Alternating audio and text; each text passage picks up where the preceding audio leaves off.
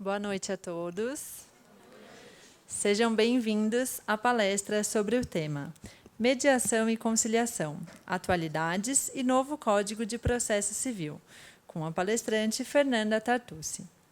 Pedimos a gentileza que silenciem os celulares para que o evento não seja interrompido.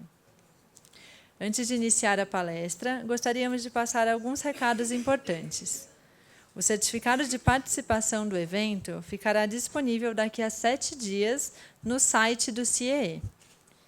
A dinâmica do evento será a seguinte: após a palestra, será aberto um espaço para perguntas. As perguntas deverão ser feitas por escrito em uma folha do bloco de anotação que vocês receberam na recepção. Por isso, já podem ir anotando durante a apresentação. Pedimos, por favor, que não interrompam a palestrante, pois no momento das perguntas nós passaremos recolhendo. É importante que a pergunta esteja com a letra legível, de preferência com letra de forma, seja objetiva, clara e aborde o assunto tratado. Neste momento, convidamos o Superintendente Nacional de Atendimento do CIEE, Sr. Luiz Gustavo Coppola, para fazer a apresentação da palestrante.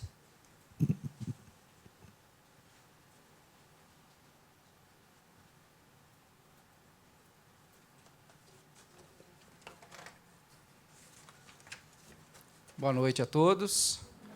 Sejam todos bem-vindos, bem-vindas ao CIEE, essa casa do saber, e aqui a casa do estudante. Eu sempre que tenho oportunidade eu faço essa pergunta, né? Alguém aqui já foi estagiário do CIEE? Sejam bem-vindos, então, tá? O bom filho a casa torna. Eu estava conversando com a doutora Fernanda, né? E sempre que alguém visita o CIEE e vem conhecer as nossas instalações pela primeira vez, fica impressionada, né, com essa dimensão em que o CIEE conquistou nesses 54 anos de atuação, né? Doutora Fernanda, hoje o CIEE é responsável pela administração de 300 mil jovens em programas de estágio e em programas de aprendizagem. São 220 mil estagiários e 80 mil aprendizes, né? O aprendiz hoje é aquele jovem que antigamente falava de menor aprendiz, o patrulheiro mirim, o guarda mirim. Houve uma mudança na legislação em 2005 e nesses últimos anos, nesses últimos 13 anos, o CIEE vem atuando também nesse programa, né? Eu recebi, fico muito feliz todos os dias quando eu recebo da minha área de contabilidade, algumas informações. Hoje passaram pelas unidades do CIEE, são 300 unidades espalhadas em todo o país, aproximadamente 33 mil estudantes procurando uma oportunidade de estágio, estudantes do ensino médio, universitários, e também jovens, a partir dos 14 anos, procurando uma oportunidade de aprendizagem, né? E desses 33 mil jovens, nós conseguimos hoje que 1.100 jovens saíssem do CIEE com o seu contrato de estágio, para começar o estágio, então, nos próximos dias, e 280 jovens aprendizes vão começar o seu programa de aprendizagem, né? São números bem interessantes, pensando no momento que o nosso país vive, né? Um momento de 13 milhões de desempregados, fora as pessoas que não entram nessa estatística porque desistiram de procurar emprego. Então, essa é a grande missão do CIEE, dar um conforto, um apoio aos jovens que buscam aqui essa casa. Então, mesmo nós falando que temos hoje 300 mil jovens assistidos pelo CIEE, aguardando uma oportunidade, seja de estágio ou de aprendizagem, nós temos 3 milhões de jovens aguardando uma oportunidade, que fizeram o cadastro no CIEE, depositam a esperança, a confiança de que a nossa organização vai ajudá-los a conseguir um estágio ou um programa de aprendizagem. E 3 milhões é um mundo, né? Sabemos que o Brasil tem 16 milhões de universitários, então ainda nem todos vieram até a nossa casa procurar uma ajuda. E esse é o nosso trabalho, esse é o trabalho do CIEE. Diariamente, a gente procura empresas, órgãos públicos, profissionais liberais, incentivando esses profissionais que deem uma oportunidade ao jovem brasileiro, que esse jovem tenha condições de colocar em prática todo esse conhecimento que ele está recebendo em sala de aula, né? Essa é a missão do CIE. E é isso que a gente vai continuar insistindo, vamos continuar fazendo, e fico muito feliz de ver que alguns jovens aqui, né, ou já não tão jovens, tiveram a oportunidade de passar pelo CIE, né? Essa é a nossa missão. Bom, quero mais uma vez agradecer, Fernanda, por estar aqui. Aí, todos aqui estão ansiosos por conhecer um pouco do seu trabalho e do tema que você vai discorrer. Doutora Fernanda, seja bem-vinda, então, ao CIE. Muito obrigado, viu? Boa noite. Muito bem, boa noite. Quero agradecer muito o convite do CIE. Já tem um tempinho, né, que a gente estava aí numa situação de gato e rato, que eu, enfim, o endereço, né, estava conversando com a Gisele a respeito disso, e fico muito feliz por ter dado certo, apesar da energia aqui, está tentando boicotar, mas estamos resistindo, né. Quero agradecer muito aqui, realmente, doutor Luiz Gustavo, foi muito bom ouvi-lo, é muito importante que o CIE seja essa força, né, uma associação civil sem fins lucrativos, que há 54 anos tem feito esse trabalho, realmente inspirador. Então, fico feliz por estar com vocês aqui hoje. E todos vocês interessados nos meios consensuais, agradeço muito a atenção que me brindaram. E alguém vai ser sortudo hoje, ou sortuda. Eu trouxe para sortear um livro chamado Mediação dos Conflitos Civis, que está na 4ª edição. Vocês ganharam uma senha, eu acho, né? E aí, ao final, aí, depois da fala, antes das perguntas, né, Larissa? A gente vai sortear e vai ver quem vai ser a pessoa sortuda hoje que vai levar o livro, que trabalha esse assunto que é muito rico, que é essa lógica negocial, que é um tema muito importante. Então, eu preparei um PowerPoint aqui também, que daqui a pouco, assim que a energia permitir, a gente vai conseguir acompanhar. Mas vamos conversando um pouquinho a respeito desse assunto, os meios consensuais de solução de conflitos. E eu quero falar um pouco sobre o conflito. O conflito é o nosso material de trabalho. Nós, né, que lidamos com o direito... Todo mundo aqui é da área jurídica? Tem alguém de outra área? Quem aqui não é da área jurídica? Vamos ver. Doutor Gustavo, Gisele, todo o nosso restante do pessoal é da área jurídica. Mas vocês são da área de administração, né? E vocês também estudam essas interações humanas. E onde há interações humanas, há conflitos. Não é verdade? O conflito ele é natural nessas interações. A gente pode definir o conflito de várias formas. Há uma simples conceituação que diz o conflito é a impossibilidade de coexistência. Tá ótimo, obrigada. Então, muitas vezes, as pessoas em conflito não conseguem coexistir. Elas estão impactadas por aquela situação. O conflito é algo que costuma gerar bastante polêmica, bastante desconforto, e a ideia é ter um mecanismo interessante que ajude, que favoreça a enfrentar esses conflitos que vão ocorrer. Eu sempre brinco, né? Existe aquela frase keep calm, né? Já viram? Mantenha calmo, né? E aí eu brinco, mantenha-se calmo nada, eu gosto de conflito, né? Nós, do direito, temos como material de trabalho, e também o pessoal da administração, não é verdade? Lidar com esses conflitos. Então, os conflitos são o nosso material de trabalho. Quer dizer que a gente quer que as pessoas sofram conflitos? Não é bem isso, né? Mas é natural lidar com os conflitos. Só que na faculdade de direito, a gente não estuda muito os conflitos. A gente já parte de um pressuposto de que existe o conflito e que a gente tem que reagir a esse conflito. Não sei se na ADM também é assim, né? Muitas vezes pouco, né? Fala-se pouco, mas o que gera os conflitos? O que faz com que as pessoas parem de conseguir coexistir? Isso está, inclusive, em outras áreas do conhecimento. Está na psicologia, né? A gente tem na assistência social, na administração, enfim, é um tema humano. Então, o conflito é o nosso material de trabalho. Eu sempre brinco, né? Não é que a gente deseje que as pessoas sofram, né, com conflitos, mas se a gente desejar um pouquinho para ter serviço e trabalho, sempre podia ser pior, né? Pensem no pediatra, por exemplo. Ele deseja o quê, né? Um pesquisador que lida com situações, um bombeiro que quer um pouco de ação, né? Então sempre podia ser pior, no sentido de que a gente lidar com o conflito com alguma naturalidade faz parte, mas a gente quer, claro, um mecanismo eficiente para lidar com essas controvérsias. Afinal de contas, né, a gente quer atender bem as pessoas que estão aí ao nosso redor. Então, a mediação e a conciliação vão ser opções interessantes para enfrentar essas impossibilidades, esses dilemas, esses impasses. Tudo bem? Eu comecei trabalhando aqui essa reflexão inicial. A minha consciência tem para mim mais peso do que a opinião do mundo inteiro. É uma frase atribuída a Cícero, né? E que mostra a importância da consciência, do protagonismo e uma das situações que gera bastante resistência nos conflitos, não é verdade? Especialmente hoje em dia, todo mundo tem muita opinião, né? É uma época de textão na internet. Todo mundo virou analista. Todo mundo não, mas muita gente virou analista e faz análises muito apaixonadas, geralmente um pouco simplistas, né? Todas as situações são multifatoriais. E, quando a gente analisa só por um prisma, a gente empobrece um pouco a experiência humana. Então, assim que eu comecei a estudar mediação, eu comecei a desenvolver a virtude, né? Ou, enfim, o princípio da imparcialidade. Porque, muitas vezes, nós estamos participando de uma cena desse conflito. Participação especial na cena, aquela cena, capítulo 2027. Né? Lembrando que houve capítulos anteriores e haverá capítulos adiante. Então, eu dificilmente gosto de julgar o que está acontecendo, porque eu não tenho subsídios. É um quebra-cabeça e eu tenho poucas peças para julgar. Então, volta e meia, eu assisto as pessoas muito apaixonadas e falo, vamos aguardar cenas dos próximos capítulos dessa novela, desse livro, e vem mais dados. E, mesmo assim, se eu não precisar, eu não julgo. Porque, na verdade, julgar é reduzir a complexidade.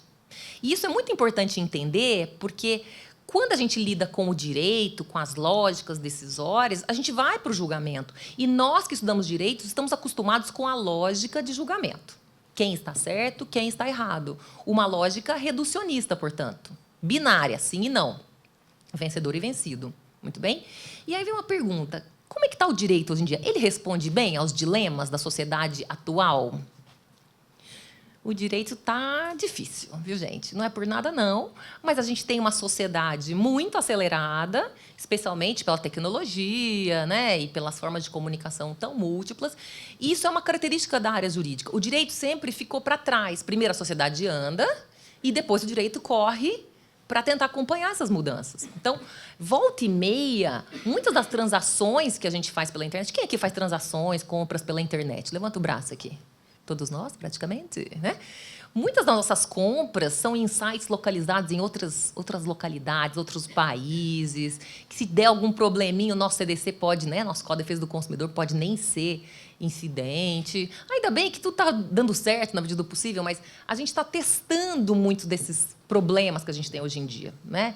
Eu atuo bastante na área de direito de família, então a gente tem problemas insolúveis, como, por exemplo, a mãe quer se mudar de país e quer levar consigo a filha pequena.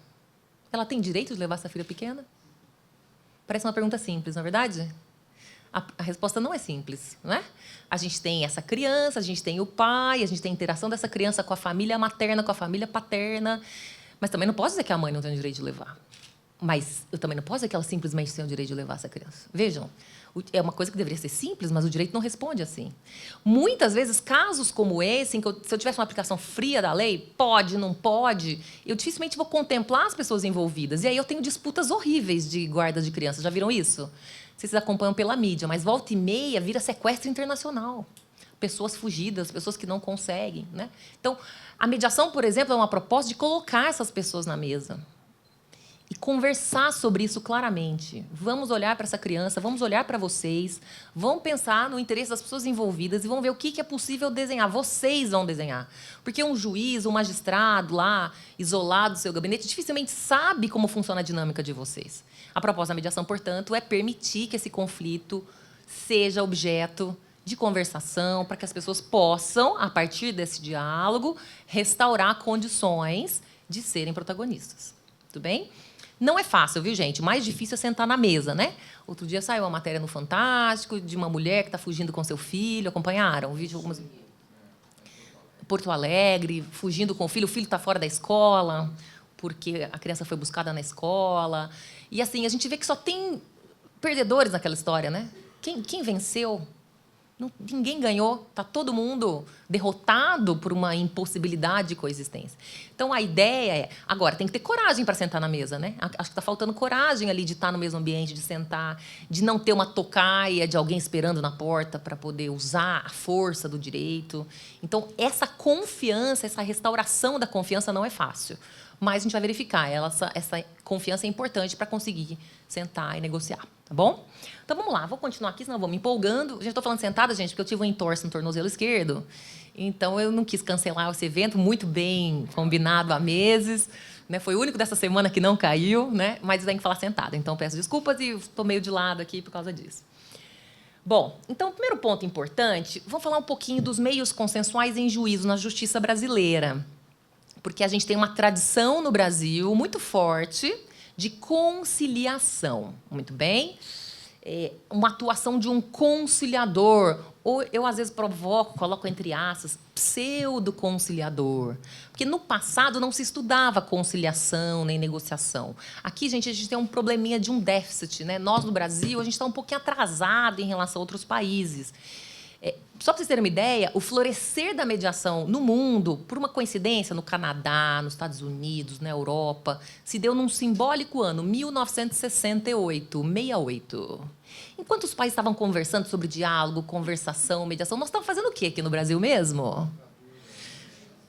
Mari, os jovens estavam apanhando, né? A ditadura estava correndo solta. Então, a gente está defasado aí, pelo menos uns 30, 40 anos em relação a outros países que vêm estudando o tema há bastante tempo. Tudo bem? Isso, como tudo na vida, tem um lado bom e um lado ruim, né? O lado bom é que a gente pode estudar, e tem bastante livro, bastante obra já desenvolvida nesses países que mostram erros e acertos em relação a isso. Então, a gente pode tentar aprender com a experiência dos outros, na verdade. É que é meio difícil. A gente gosta de errar com os próprios erros, né? Aprender com os próprios erros. Mas não precisa ser assim sempre. A gente pode aprender. Então, tem muitos livros muito interessantes que já estão traduzidos para o português, né? Um deles, que é um clássico que eu sempre indico, Como Chegar ao Sim, a negociação de acordo sem concessões. Esse livro é muito bom, quem quiser anotar aí, Como Chegar ao Sim. Alguém aqui já leu Como Chegar ao Sim? Esse livro é muito bom, né? Geralmente, quem já se empolgou com o tema já começou no Como Chegar ao Sim. É um livro bem bacana, é de um projeto de negociação de Harvard, né? Então, os professores estavam explicando, tem bastante exemplo, né? E que, portanto, ele ajuda a tentar entender um pouco, com exemplos práticos, coisa que a gente não tem muito no Brasil, os livros são mais teóricos, e tem bastante coisa interessante ali, é uma base inicial. Quem já leu, eu vou indicar mais um, quem quiser também anota, Mais que Vencer. Já leram também Mais que Vencer? Pessoal do fundo, esse já é um livro mais pesadinho, né? Que já também trabalha um pouquinho, ele fala criando valor nas negociações, quer dizer, vamos fazer esse bolo crescer para a gente poder depois, né? A gente fazer depois, poder dividir. E aí tem também Conversas Difíceis, que é um livro bacana. Tem um chamado Além da Razão. Parece já nome de autoajuda, né? Os americanos são tão criativos. Esse Além da Razão, gente, anotem com autores, se vocês quiserem, Fisher, com S, e Shapiro. Porque Além da Razão, vocês vão encontrar, nossa senhora, livro espírita, livro de autoajuda, livro de negociação. Então, esse é Fisher e Shapiro, tá bom? Um psicólogo e um negociador que juntos estão discutindo como o fator emocional impacta nas negociações. Cheios de exemplos também, muito bom. Bem, então, esses são alguns livros que ajudam a entender um pouco. E tem um último, um final, que eu vou falar só porque o título é bacana, mas o livro também é bom, que chama Negociando com o Diabo. Como negociar com quem quer destruir você. Que, vejam, lá eles já estão nessa discussão nos Estados Unidos. Mas é possível negociar com quem quer destruir você? Já estão avançados, nível hard, né? A gente está aqui tentando conversar com quem está afim, né? Eles já estão lá, não, a pessoa quer te destruir, pode. E essa é uma discussão em Harvard, né, maior universidade do mundo, e aí esse professor, que é o Robert Minuchin, que também escreveu Mais que Vencer, ele defende que sim. Então, nesse livro, ele está mostrando, ele está contando como que você negocia com quem quer destruir você. Então, olha que interessante, a gente tem bastante material sobre negociação. E eu quero dizer para vocês que negociar é realmente a habilidade do presente e do futuro. Se a gente for olhar o direito nessa sua crise intensa, a gente vai encontrar alguns bordões. Por exemplo, na última reforma trabalhista, o que eles disseram? Que a ideia é prevalecer o negociado sobre o legislado. Olhem o poder da negociação. Ok? Então, isso é muito importante de entender, porque a gente precisa aprender a negociar. Né? Aqui também vale uma frase que eu aprecio bastante. Se você não tem uma estratégia, você é parte da estratégia de alguém. Se você for negociar com alguém que sabe o que quer, que tem o plano A, o plano B, o plano C, e você chega lá, vim só ver o que tinha aqui, né? É muito possível que você caia na estratégia de alguém. Então, a ideia é que a gente aprenda a negociar, que a gente aprenda realmente essa expertise. Em nosso detrimento, a gente tem que as faculdades de direito não nos preparam para negociar. A administração ainda tem, né, um pouquinho de disciplina de negociação. Negociação tem um pouco, né? Quem aqui que fez direito ou que estuda direito já teve negociação na faculdade? Uma cadeira só de negociação. Vamos ver quem. 0? Uau! Uma vez eu fiz essa pergunta numa pós-graduação em Direito Empresarial, um rapaz levantou o braço. Aí eu falei, onde você estudou? Na GV, parece que a Getúlio Vargas tem uma cadeira de negociação. Ele falou, não, eu fiz engenharia antes de estudar Direito. E na engenharia a gente estuda negociação. Eu pensei, por isso muito engenheiro casa com a advogada, né? Aprende a negociar, vê o que é bom, né? E tudo dá certo na vida dessa pessoa, né?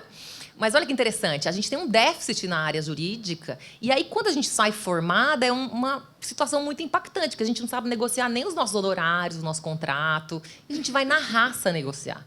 Dá para negociar na raça? Dá. A gente é prova disso, né? A gente não teve, mas, francamente, se você tiver conhecimento de negociação, você vai sofrer menos no processo e ter resultados mais proveitosos, especialmente a longo prazo. Mas tem que ter um pouco de coragem, tá, gente? Porque a gente se expõe um pouco, a gente acha que a outra pessoa, né, vai receber mal. Então, muitas vezes você recebe, vamos dizer, reações impressionantes. Tipo, a pessoa te respeita mais, percebe que você é uma pessoa que tem um nível de interlocução interessante, mas as pessoas têm medo de arriscar. Então, esse é um ponto. Por isso que esses livros nos ajudam. Tem bastante gente corajosa, dando bastante exemplo de ir para essa prática. Tá bom?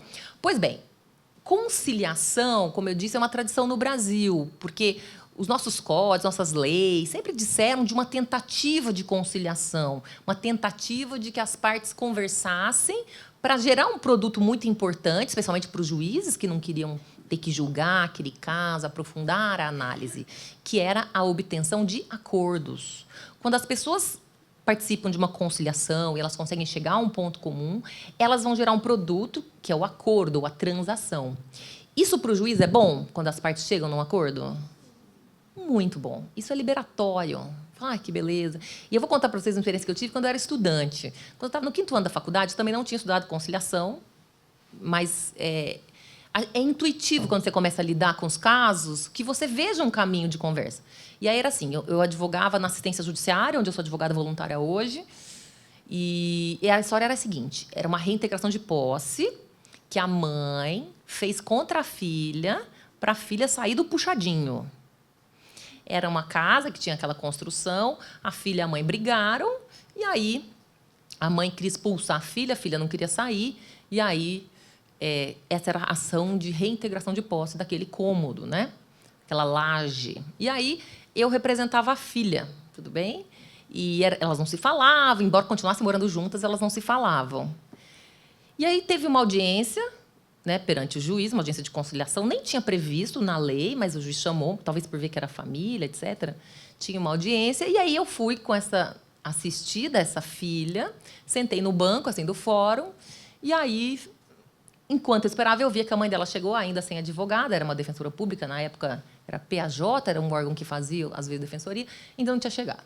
Eu fiquei olhando para a mãe dela olhava para a filha com uma cara, assim, sabe aquela cara meio lânguida. A filha dava o mesmo olhar para a mãe. Eu fiquei olhando para as duas se olhando, porque geralmente as pessoas não se olham, né? Quando a pessoa não está afim, não vira de costas. Fiquei olhando, e eu falei assim, você já conversou com a sua mãe? Não, a gente não está conversando. Você quer conversar? Ela falou, eu quero. Então, eu vou lá. Vejam, gente, não façam isso, tá, gente? Não façam isso em casa, não façam isso no fórum, porque podia ter dado muito errado. Eu não tinha técnica nenhuma, aquilo foi um impulso. Eu senti ali uma vibe boa. Veja, eu tinha que ter esperado a advogada dela chegar, porque quando a pessoa está representada por advogado, você não pode atravessar o outro lá, mas não sabia nada disso. A ignorância é a mãe da tranquilidade. Não estou sabendo nada, estudante, né? 5º ano, mas estudante. Cheguei lá, fui falar, oi, tudo bem? Estou aqui pela sua filha, tal. Ela do corpo de advogados da sua filha, mas ela quer conversar? Não quer conversar? Eu quero.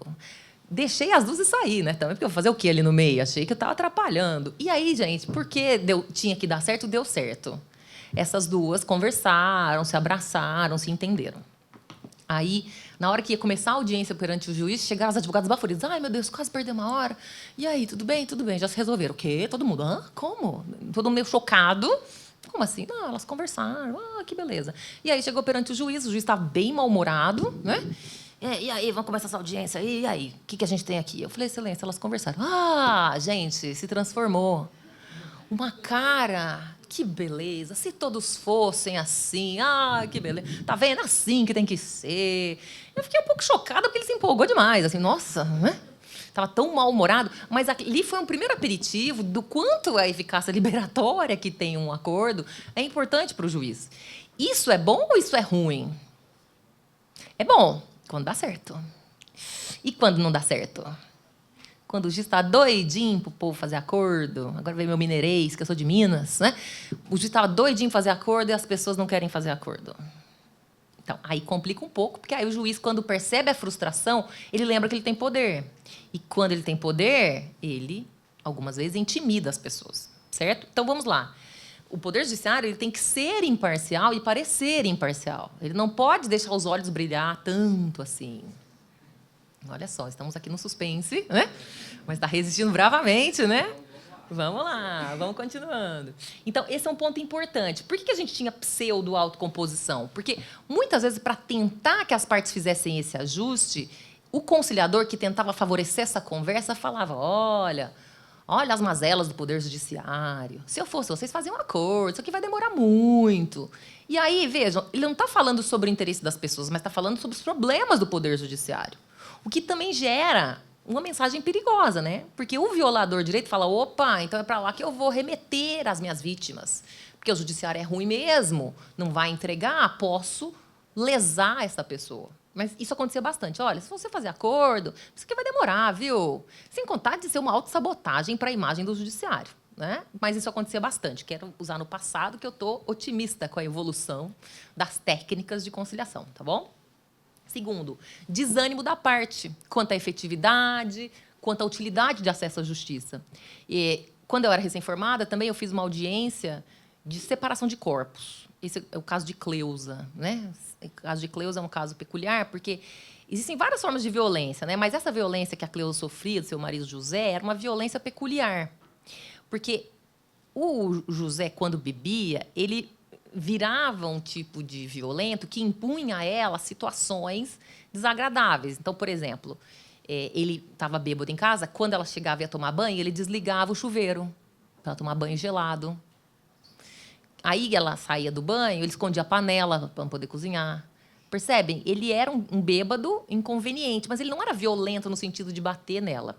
Mas ela estava numa situação de insuportabilidade que ela dizia, daqui a pouco eu que vou bater nele, né? Porque a situação está insustentável. E aí eu lembro que a gente levou esse caso para o juiz e o juiz achou muito engraçada a história.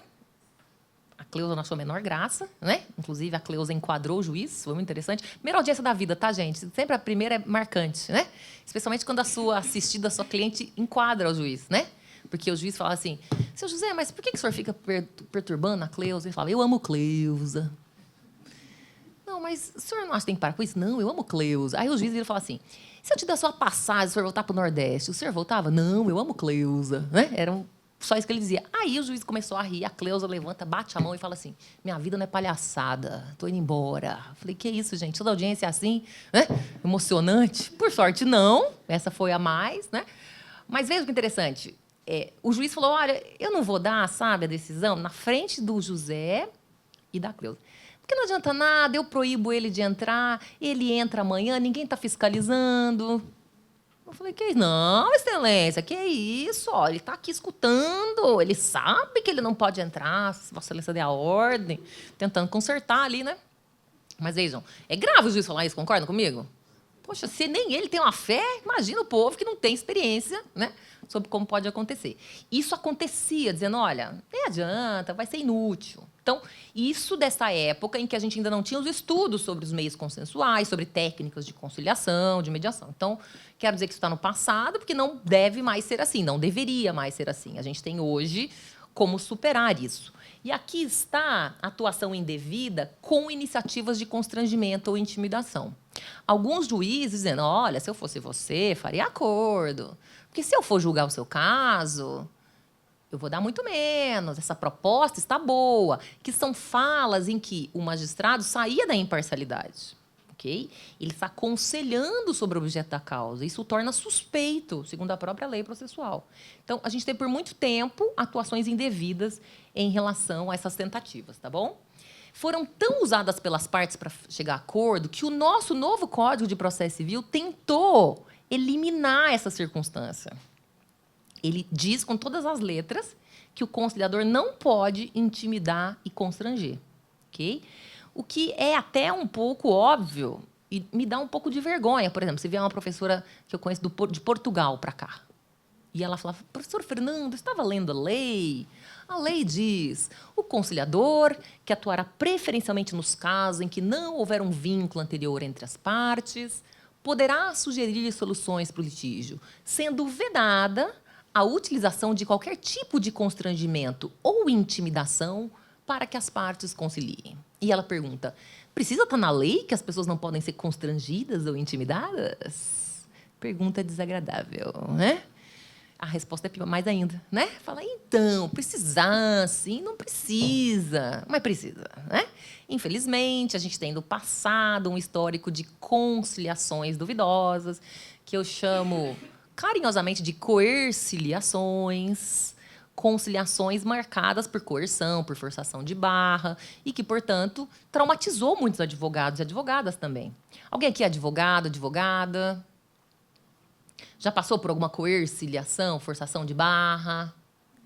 Não, ufa, né? Muitas vezes, quando eu vou falar sobre mediação e conciliação, eu tenho advogados muito bravos com o tema.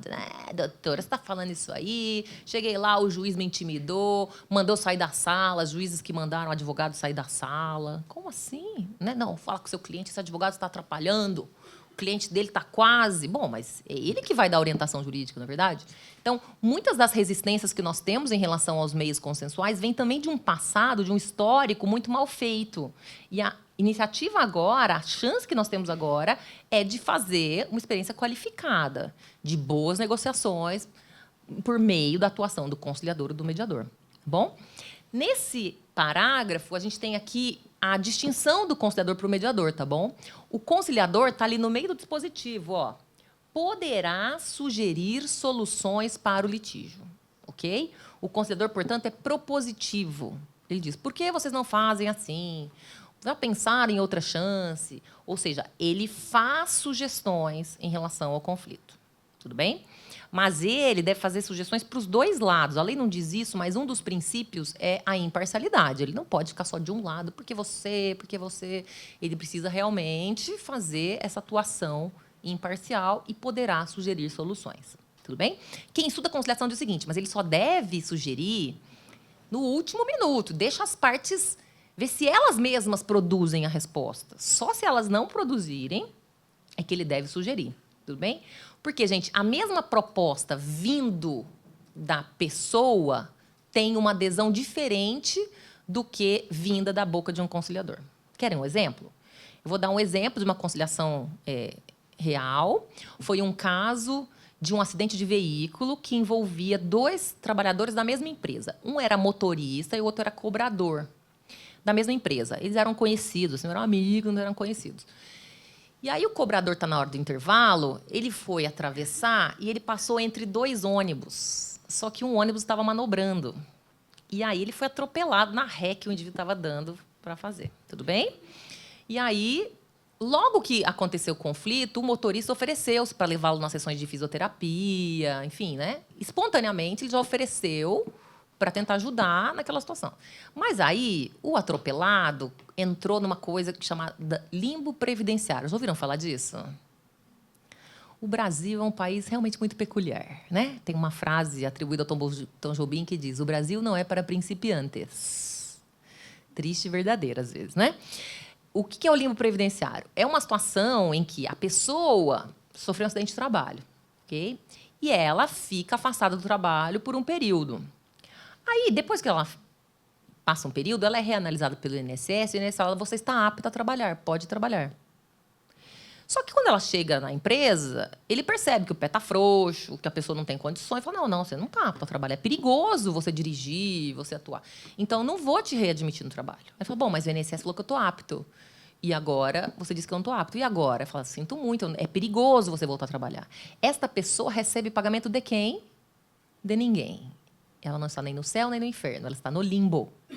É um limbo previdenciário. Essa pessoa vai ter que entrar com uma ação na justiça contra o INSS para provar que ela não estava apta, e aí ela vai receber o valor retroativo. Mas quantos meses depois? 8 meses, 9 meses, 1 ano, depende do processo. E nesse ínterim, ela recebe o quê de quem? Nada de ninguém. Ela tem que usar a rede de amigos, a rede de familiares, né? Porque ela não recebe.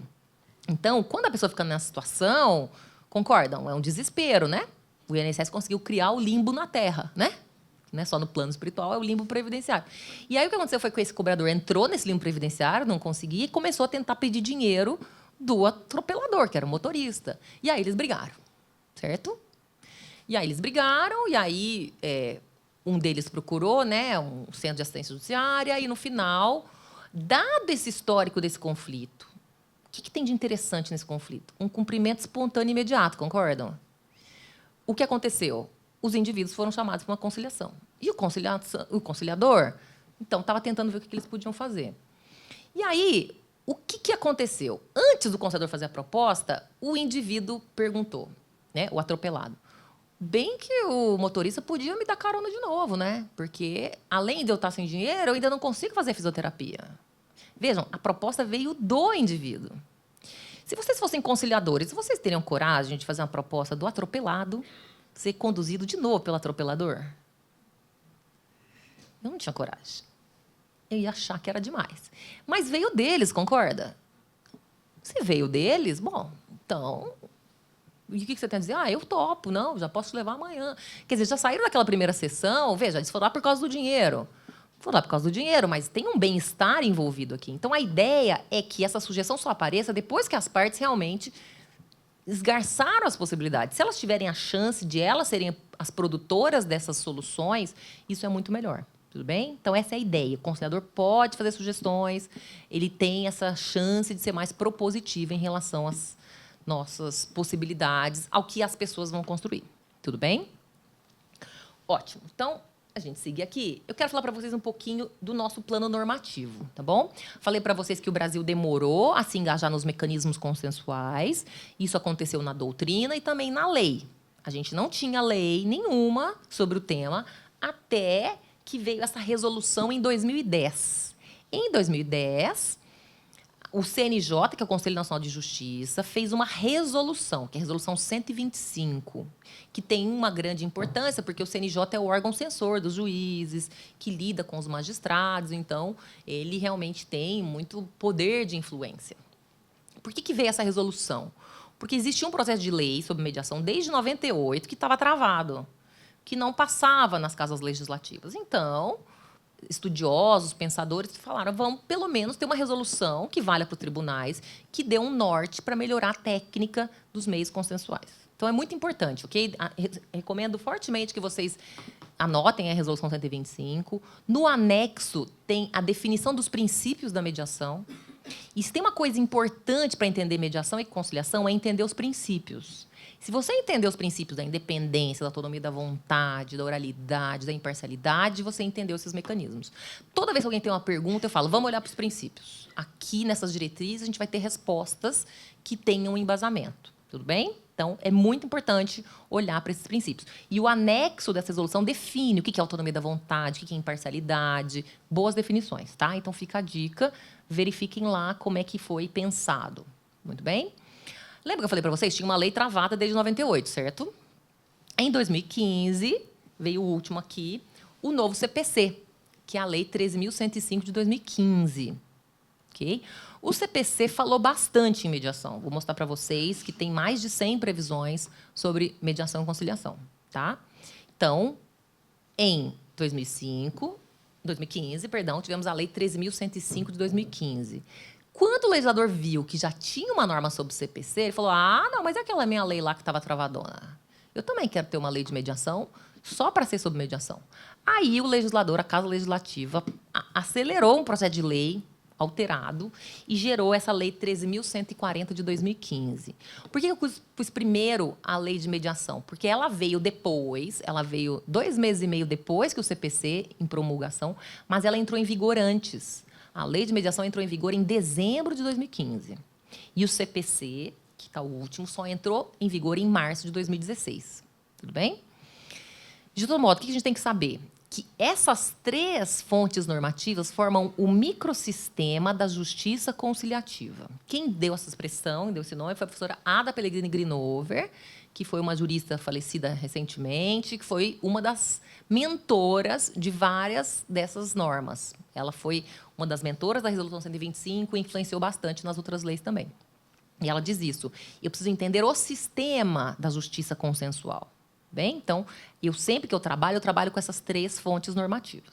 Então, é assim, o Brasil passa de um país que não tinha nada, 0, para 2015, 2016 precisamente, várias normas. E eu lhes pergunto, normas coerentes, que vão ao encontro umas das outras, ou normas que às vezes divergem, vão de encontro e chocam-se nas previsões? O que vocês acham?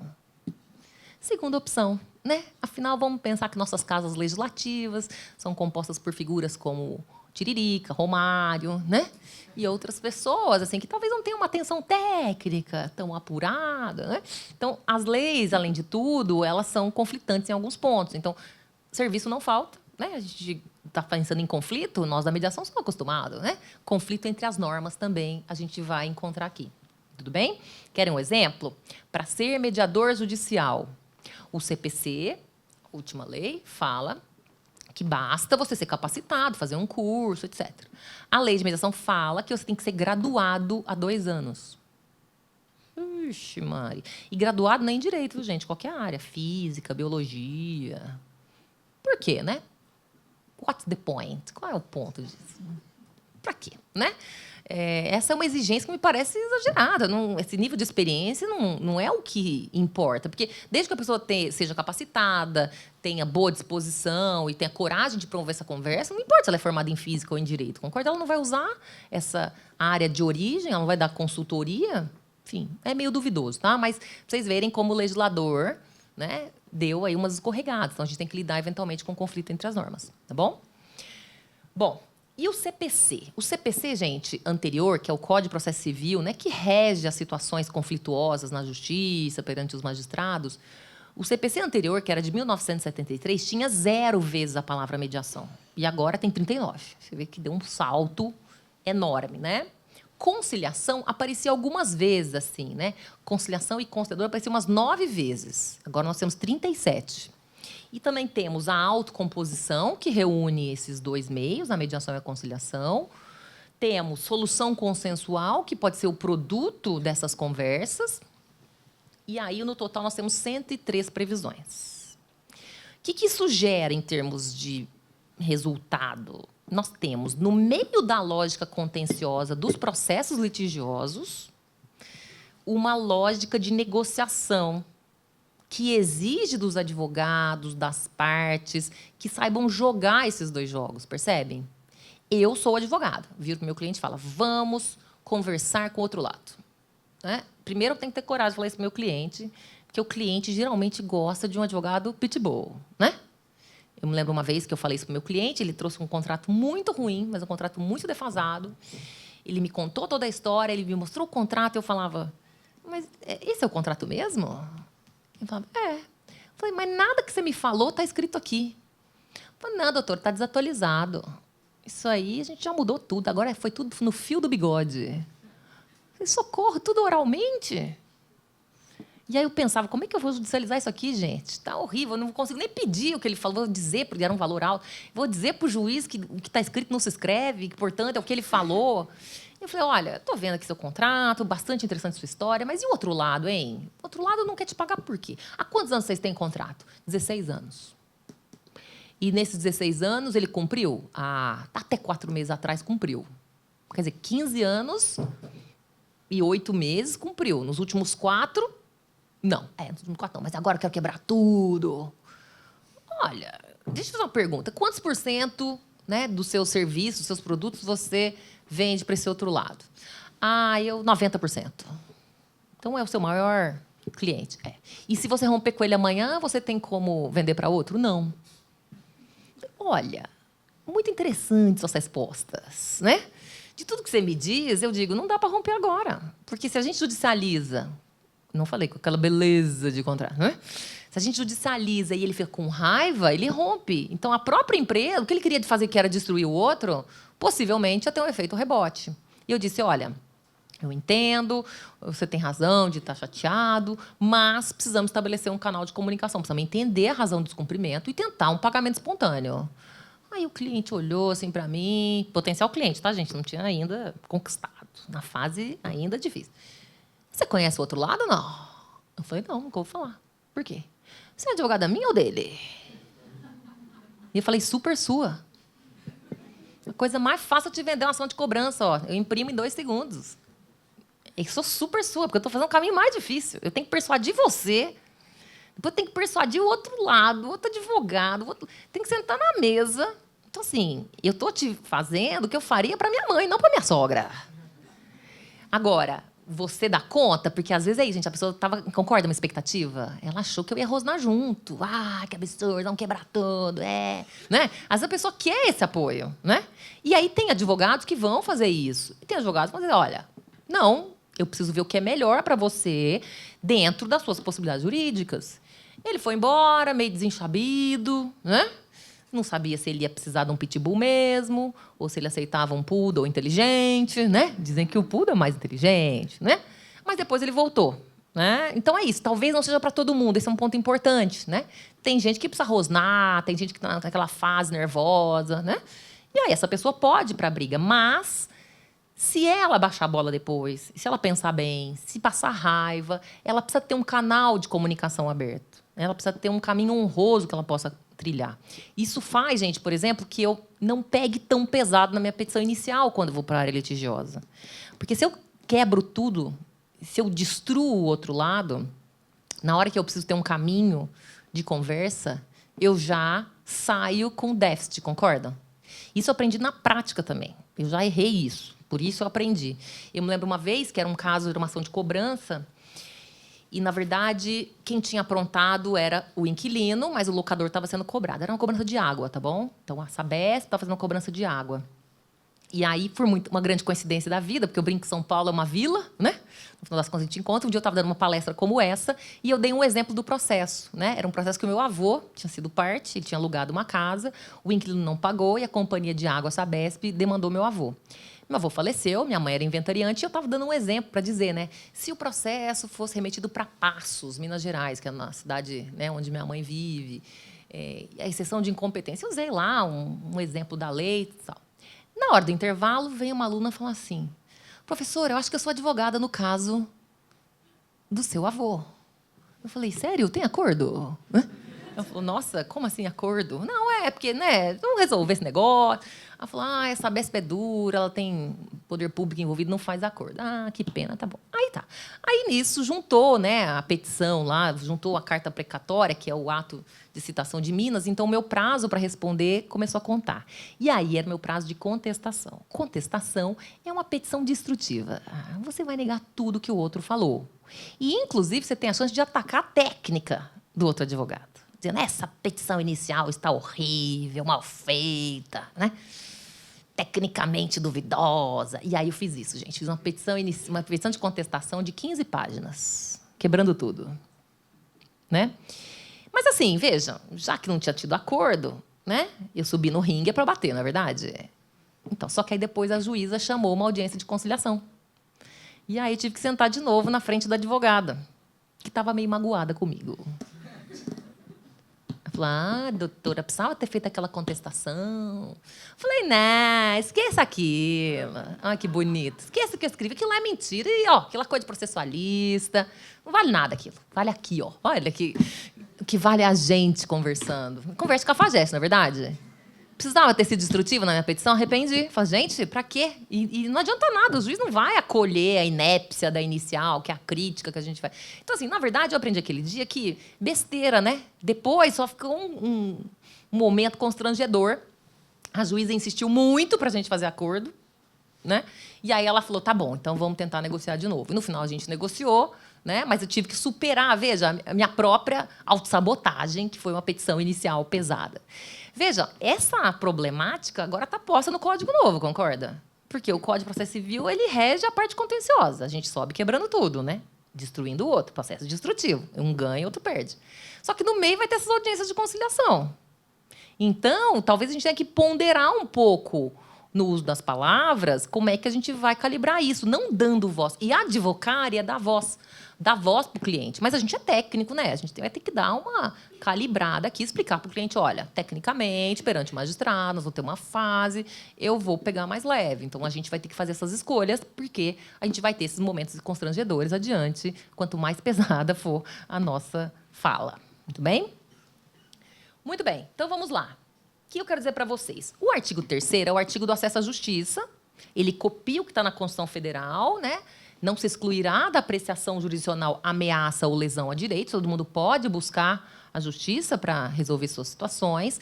E logo no parágrafo 2º do Código, nós temos aqui este chamado. O Estado promoverá, sempre que possível, a solução consensual dos conflitos. Muito bem?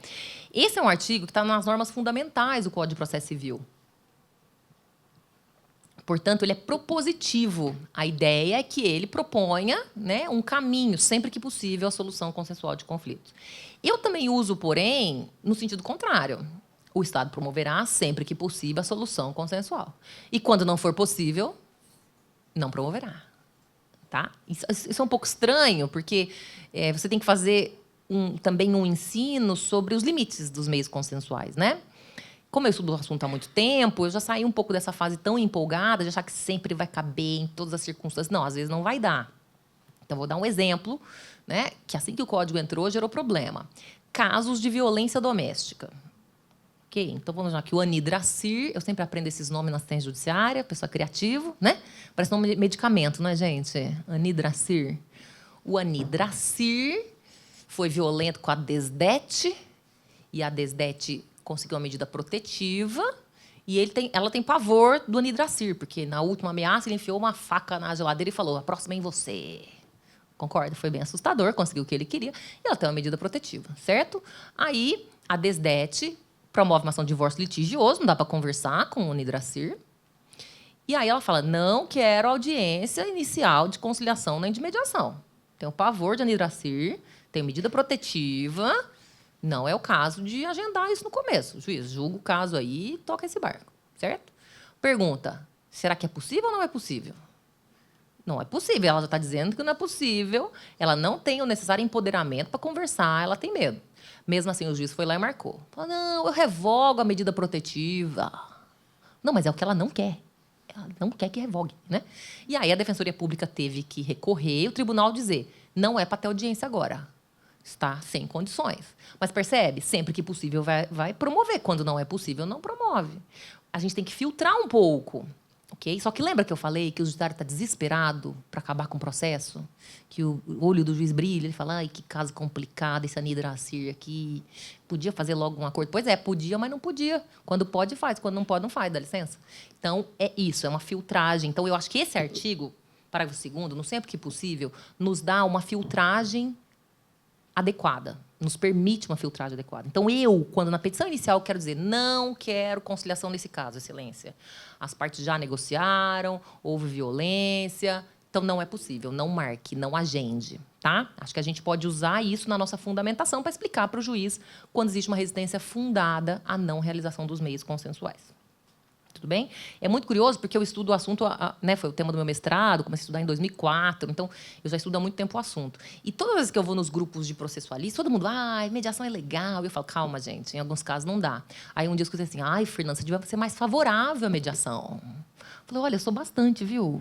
Eu escrevo bastante. Mas é que eu tenho medo da gente exagerar no uso e acabar queimando a mediação, como tentaram fazer com a coerciliação, né? A gente precisa respeitar um pouco aí os limites que o próprio mecanismo dá, tá? Mas tem também um dever de incentivo, ó. Olha o que diz aqui o artigo 3º, parágrafo 3º. Conciliação, mediação e outros mecanismos consensuais de solução de conflitos, como a negociação, né, deverão ser estimulados por juízes, advogados, defensores e membros do MP, inclusive no curso do processo judicial.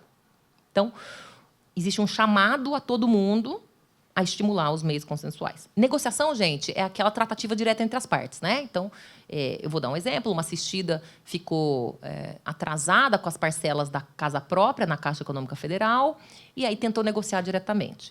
A Caixa Econômica Federal, por seu turno, ela tem umas fases. Por exemplo, ela só faz negociação até um certo ponto. Depois de uma certa fase, de um certo prazo, ela não aceita mais negociação. Tudo bem? Mas a parte queria negociar. Ela falou, olha, Fernanda, eu queria pagar ainda que menos do que a Caixa quer. Eu falei, peraí, vamos entrar com uma ação para revisar esse dado. E falei, excelência, eu quero uma audiência de conciliação. E eu usei isso aqui, ó. Falei, a Caixa não quer negociar diretamente, mas sabe, Magis é o juiz. Sabe, juiz, é dever dos advogados, inclusive no curso do processo, estimularem a conciliação. Portanto, estou pedindo para ser designada uma audiência em juízo. Olha que interessante, eu estou entrando na estratégia negocial da Caixa, concorda? A Caixa vai ter que rever essas fases de negociação. Senão, a priori, em cada processo pode ser questionado. E fica bem perante o judiciário a Caixa ser resistente em relação aos acordos.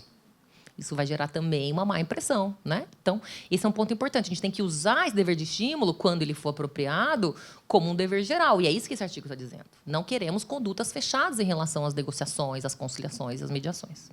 Tudo bem? Tem que explicar isso aqui também para o cliente. Né? Não quero conversar com o outro lado, Fernanda, te proíbo. Tá bom, não quer. Tá. Mas, chegando lá, o juiz vai ficar perguntando se eu estimulei vocês a tentarem. O juiz vai querer que você converse com o outro lado. Se tiver promotor, também. Então, é o seguinte, se você mudar de ideia, conversa comigo. Porque sempre há tempo de tentar uma saída consensual. Inclusive, veja que interessante, é dever do juiz tentar. O juiz, conforme as disposições do Código, vai dirigir o processo e lhe incumbe promover a qualquer tempo a autocomposição, preferencialmente com o auxílio de conciliadores e mediadores. Quer dizer, em qualquer fase do processo, vai dizer, escuta, vocês já conversaram ou não? Não, excelência, a gente conversou, mas não deu certo. Mas e agora? Não mudou nada? As coisas mudam. Quem sabe agora? Vejam, esse promover é propagandear, é estimular, é incentivar. Muito bem? E aqui, a gente muitas vezes tem algumas resistências que as pessoas apresentam, porque o conflito, aquela impossibilidade de coexistência, gerou um histórico ruim. Né? As pessoas já tentaram conversar e foram desastrosas. Então, isso muitas vezes atrapalha. Então, em termos de atualidades, eu trouxe para vocês aqui o que a gente pode considerar como um estímulo à negociação em termos de fatores importantes. Tá? Então, sai um pouquinho do código, vou falar um pouco de negociação. Bem? Quando é que as pessoas se animam a sentar na mesa, a conversar diretamente com as outras, para tentar encontrar aí uma saída comum? Geralmente, são fatores importantes esses 5 elementos. Tá? Primeiro, confiança em si próprio e que o outro possa fazer um movimento. Como é que nós estamos em termos de confiança no Brasil nesses tempos? Está meio fraco, né? O povo está meio desconfiado. Às vezes a gente está dando aula e no direito a gente tem uma frase que é assim, a boa-fé se presume.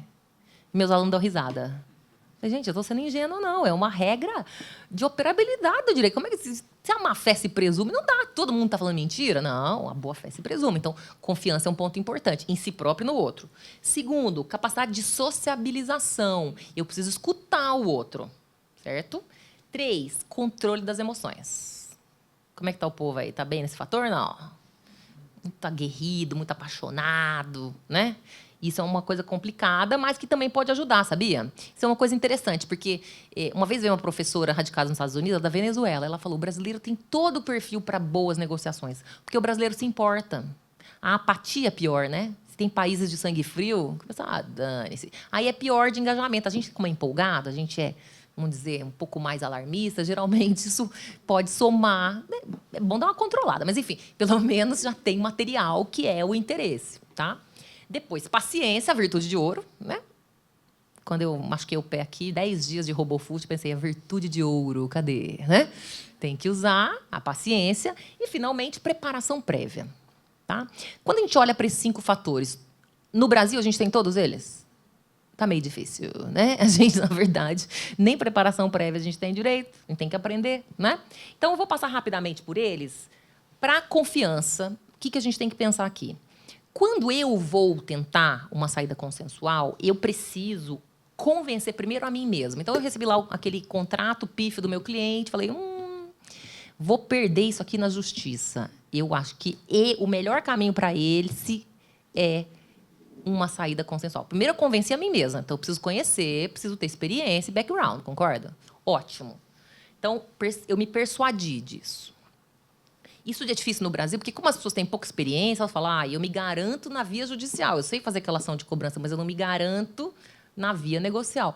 Porque a via negocial, gente, ela é meio emocionante. Como é que vai ser? O que a pessoa vai falar na primeira reunião?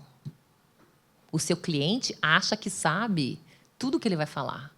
Mas acreditam que, na prática, é exatamente o que o outro pensou ou vem um monte de coisa diferente?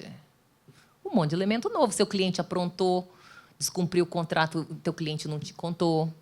Aliás, gente, esse é um ponto muito interessante. A gente economiza uma vergonha quando a gente faz mediação antes, viu? Porque, muitas vezes, o cliente só contou que ele foi vítima. Ele não contou que ele aprontou. E aí, quando senta na mesa, eu não paguei, mas também ele não me entregou isso, aquilo. Aí você olha para o cliente e fala, não entreguei mesmo. Não entregou mesmo. Que beleza, né? Vamos saber aqui antes de eu entrar, não é verdade? Porque imagina, e não sei se alguém aqui já imaginou, mas como advogada, a gente passa umas vergonhas na audiência. Cliente confessando na frente do juiz desse jeito, né? Então, é muito interessante que a gente amplie o número de informações, de dados, porque nem sempre o cliente conta, tá?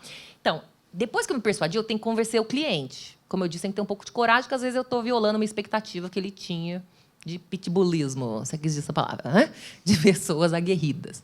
E terceiro, o advogado da outra parte. Se está difícil com o meu cliente, o outro lado, então, eu vou ter que abrir um canal de comunicação. Isso aqui eu também tenho que explicar para o cliente. Falar, cliente, estamos alinhados. Vou tentar descobrir o outro lado. Agora é o seguinte, eu vou conversar com outro advogado, com a outra advogada. Não é traição, não é trairagem, é estratégia. Porque, às vezes, gente, o nosso cliente se ressente de a gente conversar com o outro lado. Um aluno me contou que estava um dia numa reunião tensa, e aí estavam negociando, e aí o meu aluno falou, porque o colega ali disse... O colega advogado, né? Nisso, o cliente dele deu um cutucão e falou, ele não é seu colega. Mas é colega advocatício, né? Mas você vê, sentido com a palavra colega. Então, tem que explicar para o cliente, olha, conversar com o outro lado, chamar de colega, faz parte, não é trairagem, né? Porque, às vezes, o cliente está muito raivoso e a gente tem que mostrar que a gente tem que ter sangue frio. Muito bem? Segundo ponto, crença na boa-fé. Esse, como eu disse para vocês, é um ponto delicado, mas é um dos princípios da mediação, a boa-fé, está na lei de mediação, né? Essa lealdade que pode ter sido estragada por causa das tratativas anteriores, do conflito, da falta de comunicação. Então, isso é muito difícil. Pelo histórico anterior, as pessoas podem não confiar. Mas tentar é essencial. Por quê? Porque o cenário é dinâmico e multifatorial. Pessoas que há 6 meses disseram não, passado esse período, podem ter outro cenário, outra situação. Então, tentar de novo. Essa é uma vantagem do mediador. Por exemplo, quando eu vou para uma mesa de mediação, tem lá os empresários, um de cada lado, e falam, Tartus, não sei que você está animada. Eu falei, mas eu não sei de nada. A ignorância é a mãe da tranquilidade, lembra? Mas o que aconteceu? Por quê? Como? Onde? O que você propôs? Ou seja, eu entro com uma energia nova, porque o mediador faz isso. Ele entra novinho no conflito, participação especial naquela cena, daquele capítulo, e ele vai justamente ver o que tem ali. Ele é o único que tem esperança que aquilo vá muitas vezes arredondar, mas ele é um pretexto para a conversa voltar a ficar viva e novas informações fluírem, porque no conflito as pessoas param de se comunicar. Tá? Então, esse é um fator difícil, mas é importante tentar. E, lembrando disso, gente, a única forma de chegar a acordos satisfatórios é tentar. Tudo bem? Volta e meia eu estou na ciência judiciária, e aí chega lá o estagiário, me conta um caso, uma briga entre vizinhos, entre familiares, e dizem, Tartus, o que você acha? Eu falei, chama aqui para uma mediação. Mediação? Mas imagina, ele nunca vem. O outro lado não vem. Eu falei, agora virou vidente? Então, vamos dar umas previsões boas aí? Você não sabe? As pessoas estão loucas para querer conversar. Ter um espaço de fala, fazer o textão ao vivo, né? Falar o que está acontecendo. Chama! Se você chamar e não vier, tudo bem. A gente conta para o juiz. Olha, juiz, eu tentei, viu? Mas não veio. Ainda fica com uma história bonita para contar. Agora, se ele vier? E aí, volta e meio vem o estagiário. Tartus, não é que ele veio? Nossa, ele veio mesmo. Por quê? Porque tem que tentar, né? E se você não conseguiu, não tem problema, você continua como estava antes, tá? Então, esse é um ponto. E para a prática. Segundo, capacidade de sociabilizar, de ter um ambiente agradável, de conversa, que respeite o outro. E esse é um ponto importante. A negociação ela é mais uma dança do que uma luta, tá? A gente não está aqui para destruir o outro. A gente quer todo mundo inteiro no final, né? Para conseguir ver o que sai de todo lado. E os melhores acordos são aqueles em que os dois estão satisfeitos. Ok? Se eu consigo arrancar tudo e destruo o meu parceiro comercial, isso, obviamente, vai queimar a nossa parceria. E ninguém quer queimar a parceria. Todo mundo quer saídas honrosas que permitam outros negócios. Tá? Então, esse é um ponto importante. Né? Capacidade de criar esse ambiente aqui. Bom, controle das emoções. Né? Por isso eu até indiquei aquele livro Além da Razão, do Fischer e do Shapiro. Saber controlar as próprias emoções é algo importante. Respirar fundo. Na hora do conflito, a gente fica meio emocionado, né? Fica ali meio agitado, mas respirar fundo, pedir pausa, isso também é um fator importante. O William Ury, que é o autor do Como Chegar ao Sim, escreveu um livro chamado Como Chegar ao Sim com Você Mesmo, em que ele trabalha um pouco, acho que as meninas devem ter... Alguém já leram? As meninas já leram? Já, mais ou menos, um pouco? Leram? Ele conta o caso da Abelho Diniz, do Pão de Açúcar, né? que tinha uma operação bilionária do controle das empresas. E ele fala bastante disso, que às vezes a gente fica tão impactado pelo conflito que nem a gente sabe o que a gente quer. Né? E ele fala disso, que você tem que ter a capacidade de tentar tomar uma certa distância para conseguir enxergar o que você quer. Então, isso é um fator que também é importante. Paciência, tá bom? Buscar se manter calmo. Tentar, eu sempre brincava isso, que antes de entrar na audiência de instrução perante o juiz, tinha que tomar um Red Bull. Mas antes de entrar na negociação, é melhor tomar um chá de camomila, né? Para você tentar se manter calmo. Lembrando que a primeira oferta pode indicar o valor e dar uma sensação de desvantagem. Escuta às vezes, essa oferta é um desrespeito. Mas, francamente, gente, desrespeito é não levar nenhuma oferta, não é verdade? E eu vou falar mais, eu tive um caso em que não levar a oferta foi respeito. Veja, cada conflito é uma história, né? Esse último conflito em que não teve proposta, a diferença era muito grande. Um queria 500 mil, pagar 500 mil, e o outro queria receber 8 milhões. Está meio distante, né? E depois de algumas reuniões, o que queria pagar 500 mil nunca falou em 500 mil. Ele falou só para mim. Ele falou, o nosso valor é 500 mil. E aí ele foi ver se ele conseguia aumentar o valor. E ele disse, eu não consigo aumentar o valor, Fernanda, e eu não vou oferecer 500 mil para ele, porque eu acho que vai ser um desrespeito. Ele quer 8 milhões, eu vou chegar com 500 mil, vai parecer o quê? Então, prefiro não fazer proposta. Aí eu pensei, péssimo, né? Nossa, vai... Aí essa é outra coisa que eu aprendi na mediação. Você não sabe nada mesmo, viu?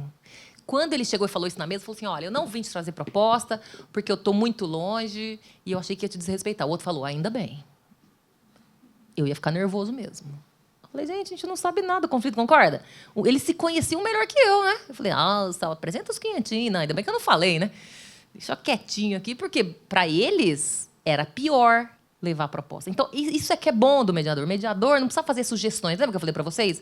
O concedor faz sugestões, o mediador não. Ele promove a conversa, mas quem faz as propostas, quem toma as decisões de mérito são as partes. Né? Isso faz com que elas saiam aí, vamos dizer, dessa inércia e elas tragam aí as opções. Né? E o mediador não vai fazer propostas. Essa é a grande diferença. Tá bom? Como é que está meu tempo, gente? Que eu vou me empolgando aqui. Alguém marcou? Como é que nós estamos? Que horas começou, você lembra? Mais 15? Obrigada, Larissa. Então tá bom, porque eu vou aqui me empolgando, já viu, né? 11 horas, né? É pouco, viu, gente? Se deixar. Então, gente... A preparação prévia também é muito importante. Embora a gente não tenha treinamento nisso, a gente sempre tem que lembrar, por exemplo, quando a pessoa vai vender um carro, seminovo ou semivelho, né? Depende do estado ali, ou ela vai comprar. Ela tem que estar preparada para saber que interesse eu quero contemplar aqui, né? Qual é o valor do que eu quero? Quanto eu estou disposto a pagar por aquilo? Plano A, plano B, plano C. Para vender o carro parece mais intuitivo, né? O valor da tabela do carro é 40 mil, mas eu tenho uma margem.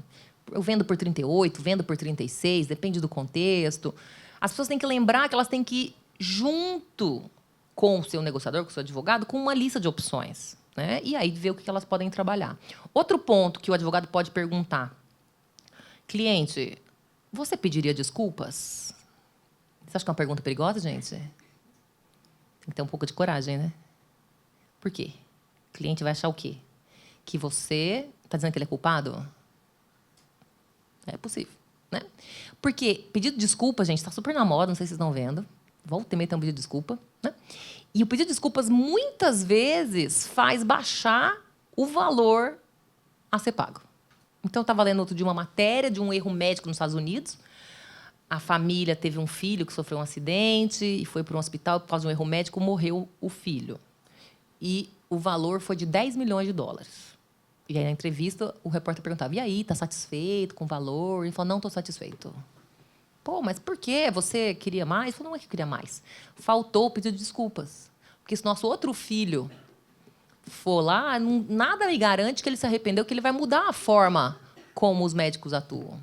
Aí eu fiquei me perguntando, se tivesse pedido desculpa, bobear tinha pago menos que 10 milhões? O que vocês acham? É possível, porque ele ia contemplar um outro interesse, que é o de reconhecimento. Então, é muito importante ter coragem. Falar, cliente, vou contar uma coisa, é só uma pergunta, hein? Nada pessoal. Mas o quão disposto, o quanto um pedido de desculpas faz diferença para você ou não. E, na minha experiência, as empresas são muito objetivas com isso. Eu trabalhei naquele caso da Air France, lembra aquele desastre aéreo? Em 2009, teve um desastre aéreo, faleceram 228 pessoas num voo Rio de Janeiro-Paris. E eu fui mediadora numa câmara de indenização que tinha familiares de um lado e empresas aéreas e seguradora de outro. A primeira coisa que advogado da seguradora fazia era pedir desculpa. Falava, olha, isso não vai trazer seu familiar de volta, mas é o mínimo que eu posso fazer, é reconhecer e pedir desculpas. Quer dizer, é um começo, né? As pessoas que optaram pelo processo judicial tinham pedido desculpa? Não, tinha culpa da natureza, caso fortuito, força maior, a empresa também foi vítima, né? Era uma outra história. Então, se você senta na mesa, você tem uma outra pauta de reconhecimento, tá bom? Bom, os advogados, tudo bem? Como profissionais do direito, a gente tem que começar a conversar com o nosso cliente. Quais são os seus direitos e qual é a conveniência de optar por um ou outro mecanismo para tentar realizar esse direito. Okay? Então, quais são as conveniências de ir para a via judicial ou para a via extrajudicial? Então, como consultores, nós precisamos trabalhar com ele as opções. Tudo bem? Lembrando, né, que aí o Poder Judiciário, nesse ponto, com a sua demora e com a sua indefinição, é um fator bastante complicador, né? Quando a pessoa quer entrar na justiça para ter uma decisão, né? Quando o cliente entra no escritório e fala, doutora, quanto tempo demora essa ação de cobrança? Aí você fala, veja bem, não sei, depende, dá uma disfarçada, né? Veja bem, depende. Pior cenário, doutor. Pior cenário? Se meu caso for o caso azarado. Quanto que a gente falaria, gente? Pior cenário? Alguém quer chutar aí?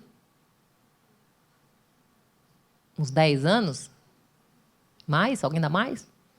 Mais? 15, 20? Outro dia eu fiz uma sentença de uso campeão, 15 anos para sair a decisão de primeiro grau.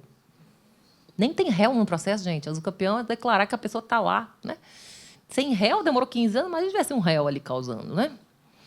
Então, 15, 20 anos, né? E a pessoa continua lá, ou ela vai embora, né? Então, a gente tem que ponderar com ela todos esses fatores para verificar onde que a gente pode ter bons caminhos, né? Lembrando que aqui esses mecanismos permitem normas flexíveis, as pessoas têm que ser mais flexíveis, porque a autonomia da vontade é muito importante. Portanto, né, eu vou ter um grande espectro de comunicação. Esses meios consensuais são bons também para incluir coisas não contempladas inicialmente. Então, chegou lá o indivíduo para discutir o contrato. No Mais Que Vencer tem esse exemplo que é muito bom.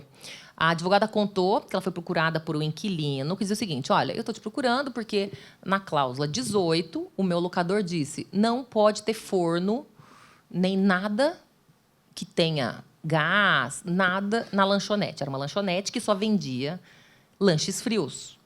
E aí o indivíduo disse, eu estou indo muito mal, porque eu quero vender coisas quentes e eu não posso.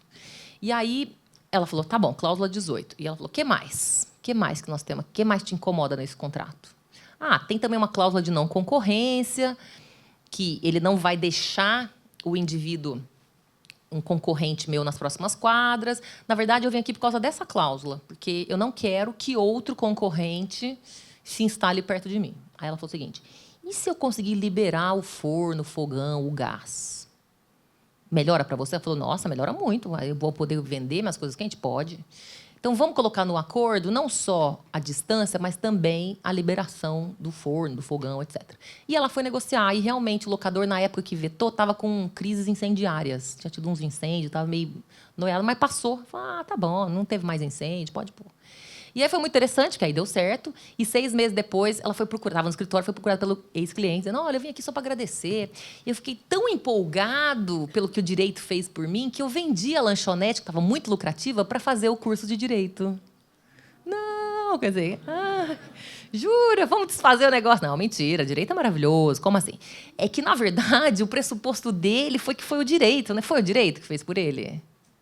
O direito não teria feito nada disso. Ia impor uma cláusula no limite. Então, é muito importante que o advogado tenha essa clareza de que você pode, com a autonomia da vontade, incluir outros elementos que gerem resultados favoráveis, tá bom? Bom, vamos, então, lembrar aqui que o nosso sistema normativo traz. Nós temos no Código de Processo Civil, entre os artigos 165 e 175, muitas regras interessantes sobre os conciliadores e mediadores, que passam a ser auxiliares da justiça, assim como os peritos, assim como outras pessoas, né, engajadas, aí, tradutor, que atuam no cenário judicial. E aqui está a definição do mediador. O mediador, que preferencialmente atuará em caso em que houver um vínculo anterior entre as partes, auxiliará os interessados a compreender as questões e os interesses em conflito, de modo que eles possam, a partir do restabelecimento da comunicação, encontrar por si mesmos soluções consensuais que gerem benefícios mútuos. Então, o mediador não sai com proposta de valor, ele não diz quanto pagar. Okay? Quem vai trazer a proposta são as próprias partes. Então, vou dar um exemplo do caso da Air France. Houve um cenário de uma negociação em que a seguradora fez uma proposta para uma familiar. E a familiar chorou quando ouviu a proposta. Não, não pode ser só isso, né? Eu e minhas filhas precisamos de mais valor, etc. Aí a seguradora falou, olha, semana que vem eu vou trazer uma outra proposta. Tudo bem? Se eu fosse conciliadora, eu poderia fazer uma sugestão? O que vocês acham? Poderia sugerir soluções. E eu poderia propor um valor? Falando assim, por que vocês não dobram o valor, hein? Poderia, vocês acham? É uma fala meio complicada, né? Porque ela sai de um espaço de imparcialidade e vira negociadora, concorda? Eu venho negociadora da parte, quem tem que falar isso é o advogado dela. Quanto que você quer? O advogado dela não falou, sou eu que vou falar, não falei nada. Fui mediadora, não fiz sugestão nenhuma. Na semana seguinte, a empresa triplicou. Eu pensei, nossa, ainda bem que eu não falei. Porque concorda que aquilo podia virar piso ou teto. Eu não conheço a margem da seguradora. De onde que eu tirei dobro, gente? De onde que eu ia tirar esse trem? Quer dizer, eu ia acabar querendo ajudar e ia atrapalhar. Então, na mediação, a gente tem muito esse pressuposto, né? Se o mediador não faz, quem tem que fazer? São as partes. E elas que conhecem as suas próprias margens. Por isso, eu realmente acredito na diferença de mediação e conciliação, tá? Vocês podem encontrar por aí e falar, dá na mesma. Chega lá na hora, viu que as partes travaram? Vai dando sugestões. Eu não acredito nisso. Em todos os casos em que eu participei, eu não fiz esse papel. E aí as pessoas fizeram os ajustes que elas realmente acreditavam que eram possíveis. Eu não acho que a minha contribuição criando um número artificial e ainda podendo sacrificar a imparcialidade poderia ter ajudado. Tá? Bom, aqui são os princípios da mediação, como eu disse para vocês. São os mais importantes, que estão no artigo 166, tá bom? Esses meios consensuais são informados pela independência, imparcialidade, decisão informada de quem está participando da negociação, autonomia da vontade, confidencialidade, oralidade, informalidade e decisão informada. Tá? Então, aqui eu tenho 7 princípios da mediação. Alguns são intuitivos, né? Oralidade, são conversas. Então, se uma pessoa perguntar, mas o que é mediação e conciliação? Você vai falar, são conversas, são negociações que contam com a participação de uma pessoa imparcial, para ver se ajuda a destravar o diálogo, que pode estar comprometido. Então, para uma pessoa simples, né, você fala que é uma conversa. Se for para um advogado que é mais elegante, você fala que é uma negociação, né? Que vai contar com uma pessoa que contribua, né, para essa conversa. Tá bom? Além desses princípios, ainda tem princípios na lei de mediação. Alguns repetidos, né, mas alguns diferentes. Ó, o inciso 2, isonomia entre as partes, que é meio óbvio, né? Claro que tem que ter igualdade entre as pessoas, né? Tem também o inciso 6, ali, busca do consenso, que é a busca de saídas consensuais, que também é óbvio. Tá? Então, estão todos aqui na lei. E aí, só para fechar, porque meu tempo está exaurindo, eu quero discutir com vocês se a gente pode ter uma sessão obrigatória de conversa, de negociação ou de conciliação em juízo. Essa é uma das questões mais polêmicas, porque eu disse para vocês, a lei traz diferentes regras. Por algumas a gente pode dizer que sim e por outras a gente vai dizer que não. No final, a gente vai responder dependendo de como a gente acredita na autonomia da vontade. Qual é o nível de liberdade que as pessoas têm para participar de uma conversa? Se você acredita no nível máximo de liberdade, que uma conversa só acontece quando as pessoas realmente estão engajadas em conversar, sua resposta vai ser não deve ser obrigatória. As pessoas devem poder participar voluntariamente. Mas se você acreditar, olha, quando a pessoa judicializou o caso, a liberdade dela não é mais aquela. Então, a situação é mais limitadora dessa liberdade. Vamos ver algumas regras? Vamos ver se a lei responde, né? O que diz o 166? Eu disse para vocês que uma das diretrizes é a autonomia da vontade. Então, a mediação e a conciliação vão ser regidas, né, pelos princípios, dentre eles a autonomia da vontade, certo? Também princípio da lei de mediação, que eu também mostrei para vocês, né? A mediação será orientada pela autonomia da vontade das partes. Plural, estão vendo o plural aqui? Os dois têm autonomia. E o que é autonomia? Aqui é aquela definição que eu disse para vocês que está boa lá na Resolução 125, ó, no anexo 3. A autonomia da vontade é o dever de respeitar os diferentes pontos de vista dos envolvidos, assegurando-lhes que cheguem a uma decisão voluntária e não coercitiva, com liberdade para tomar as próprias decisões durante ou ao final do processo e interrompê-la a qualquer tempo. Olhando para esse princípio, parece que faz sentido uma mediação ou uma conciliação obrigatórias? Parece que não, porque se a pessoa tem autonomia, ela conversa o que ela quiser, não é verdade? Tem também esse artigo, quando a pessoa promove um processo, a petição inicial, que vai trazer o seu primeiro arrazoado, tem um elemento essencial, que é o inciso 7. A petição inicial indicará a opção do autor pela realização ou não de audiência de conciliação ou de mediação. Quando se fala em opção, parece facultativo? Totalmente. Se é opção, eu posso querer. E a minha vontade vale alguma coisa? Vale, a gente viu que é um princípio, a autonomia da vontade. Então, até aqui parece que é opcional, certo? Agora vamos para os artigos de obrigatoriedade. Diz o 334, que é o da audiência. Ó, se a petição inicial preencher os requisitos essenciais e não for caso de indeferir, está tudo bem, o juiz designará a audiência de conciliação ou mediação. Então, assim, a petição inicial está ok, o juiz vai designar. Ué, mas é a minha opção lá, né? O artigo 27, lei de mediação, vai na mesma toada. Se a petição inicial estiver ok e não tiver nenhum caso de indeferimento, de improcedência liminar, o juiz designará a audiência de mediação. Então, parece que é obrigatório o juiz já designar, certo? A opção deve ser expressa pelas partes, e tem um artigo que já gerando bastante dúvida, que é o artigo 334, parágrafo 4º, inciso 1, que sugere a ideia da dupla recusa. Então, muitos dos meus colegas que são processualistas, que estudam outros temas, falam: ah, Fernanda, a sua pergunta tem uma resposta muito fácil. A audiência só não será realizada, se as duas partes disserem que não querem participar da conversa. Se uma parte quer e a outra não quer, o juiz designa. Percebem? Muitas pessoas estão falando que, à luz desse dispositivo, a resposta é simples. Mas aí uma dúvida: a vontade de um vale mais que a vontade do outro? É complicado. E a isonomia entre as partes? E a autonomia da vontade das partes? Então, outra coisa, está escrito aqui, a audiência somente não será realizada? Não. Não vai ser realizada quando os dois não quiserem. Só faltava essa, né? O juiz é que nem o pai com os filhos que brigaram, né? Os filhos brigaram, vai dar um abraço agora. Já viram? Os pais às vezes fazem isso, né? Fizeram com vocês quando era criança, não? Os irmãos brigando lá, né? Vai dar um abraço agora. Fala, eu te amo. Nossa, dá uma raiva, né? Fala, eu te amo, quero, te amo, né? Mas era só porque o pai obrigava, depois continuava brigando, né? Então, na verdade, gente, é óbvio que se os dois não querem, o juiz vai designar. Mas não me parece que só porque um não quer. Olha o inciso 2. Quando não se admitir a autocomposição, quando não for possível essa composição conjunta, porque eu tenho um fator, como a violência, negociações anteriores de má-fé, impossibilidades, enfim, que possam aqui prejudicar a pessoa. Tudo bem? Então, se a gente for olhar os tribunais, até tinha algumas decisões, tem de tudo. Tem juiz que obriga, tem juiz que não obriga. Aqui em São Paulo, muitos juízes não estão obrigando porque não há conciliadores e mediadores suficientes. O Tribunal do Estado se embasou em trabalho voluntário, mas são milhares de pessoas fazendo cursos pagos.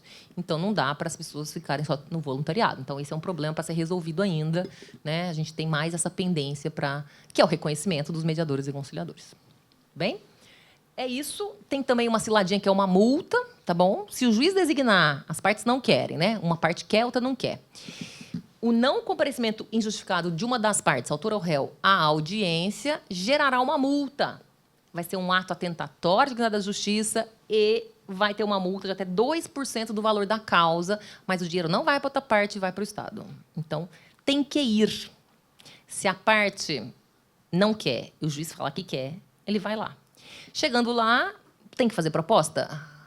Não, só faltava essa, né? Eu já não queria vir, eu vim aqui para não pagar multa, né?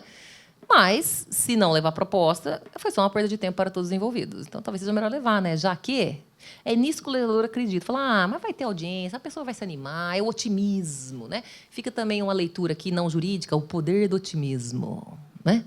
Que haja, precisa, né? Viver no Brasil aqui, olha. Mas não é, eu acho que você está tentando gerar um ambiente, né? E forçar ajuda ou não. Essa é uma outra discussão, né? Me parece que às vezes mais atrapalha do que ajuda. Mas, enfim, é uma seleção, uma opção legislativa. Bom? E agora eu finalizei, que está falando de melhorias para o futuro, né? O futuro tem muitos nomes, para os fracos, inatingível, para os temerosos, desconhecido, e para os valentes, a oportunidade. Então, desejo muita valentia para nós. Obrigada.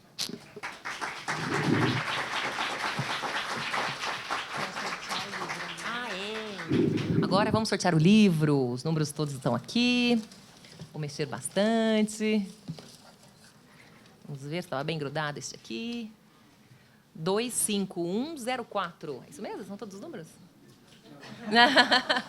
Ah, já, que bom. Que sorte, parabéns. Legal. Segura o livro. Isso, tá aí.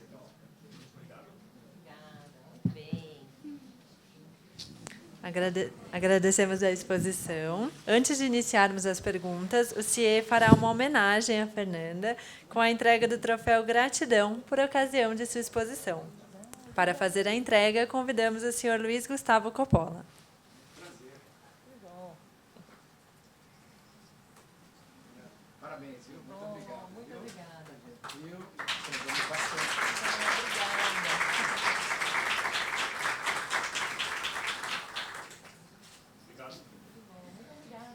Iniciando os esclarecimentos, pedimos àqueles que tiverem formulado perguntas que levantem a mão. Nós iremos até o local recolher a folha.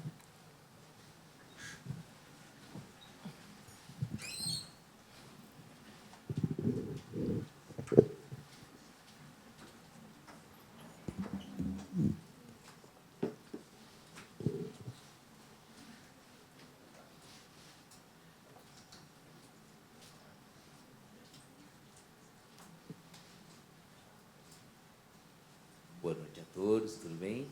Boa noite. Não obstante a conhecer, doutora Fernanda, gostaria de a felicitar pela brilhante exposição, pela leveza e desenvoltura com a qual nos trouxe essas ponderações tão ricas e tão repletas de um futuro, né? Que essa valentia realmente nos alcance. Mas uma questão látere que eu gostaria de fazer, ela diz respeito à questão de uma terceira via.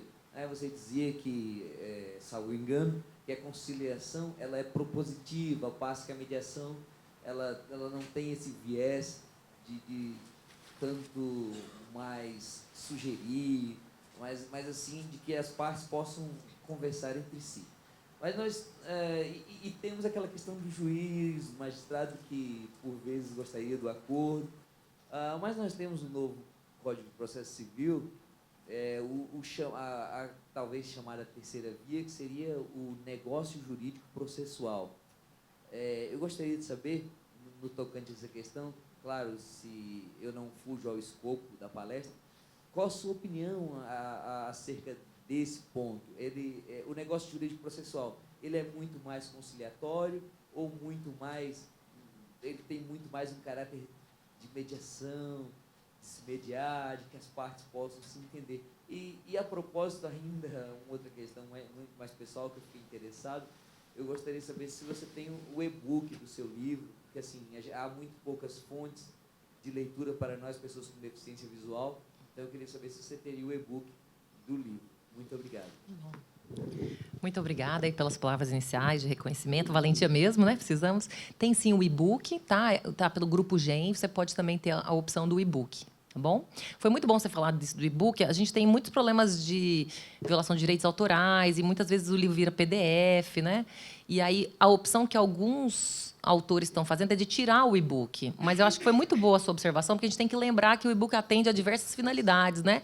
E presume-se a boa-fé, né? Então a gente tem que melhor lidar aí com as situações do que realmente limitar o acesso. Obrigada até pela sua observação. Eu acho que é muito interessante a sua pergunta. O Código de Processo Civil novo, ele incentiva muito as soluções consensuais, a gente viu. E o negócio jurídico processual é justamente um incentivo às pessoas a conversarem sobre o processo. Então, vamos imaginar que a gente senta na mesa para discutir aquela questão daquele contrato, daquele, né, deu o exemplo da cláusula lá do fogo, do forno, mas que não tivesse um ajuste possível naquele momento. E as pessoas poderiam combinar um futuro assim, olha, já que a gente não conseguiu o acordo aqui, se a gente tiver que entrar na justiça, vamos combinar algumas coisas, vamos combinar que juízo, né, qual é a competência, que não vai ter uma audiência de conciliação, porque a gente já teve essa mediação. O código, ele favorece isso. Ele cria uma cláusula geral de negociação processual. Isso é bem novo, tá bom? Esse é daqueles temas que, assim, metade dos juristas fala que isso não vai pegar, que ninguém vai fazer, que não adianta a lei escrever, que os advogados não conversam, e a outra metade acha que vai pegar e vai mudar, revolucionar, né? Talvez não seja metade, mas assim, 40-40, e tem uns 20% mais moderados dizem, calma, gente, isso vai ser testado aos poucos. Eu acredito que já começamos a ter muitos advogados já testando essas cláusulas, o que fazem muito bem. Mas o negócio jurídico processual, ele ainda é para, vamos dizer, considerar a combinação para um processo litigioso, né? Então, você pode dizer, olha, não quero audiência de conciliação, não quero audiência de mediação, mas você está pensando no caminho litigioso. Acho que é um bom começo para mostrar que a negociação é frutífera. Fala-se muito isso, né? As partes tentaram conciliar e a audiência foi infrutífera. Ela pode ter sido infrutífera para o produto principal que o Poder Judiciário pode querer, mas ela pode ser frutífera em esclarecimentos, em cláusulas, em combinações para outras situações. Então, escutar e conhecer melhor o outro sempre pode gerar.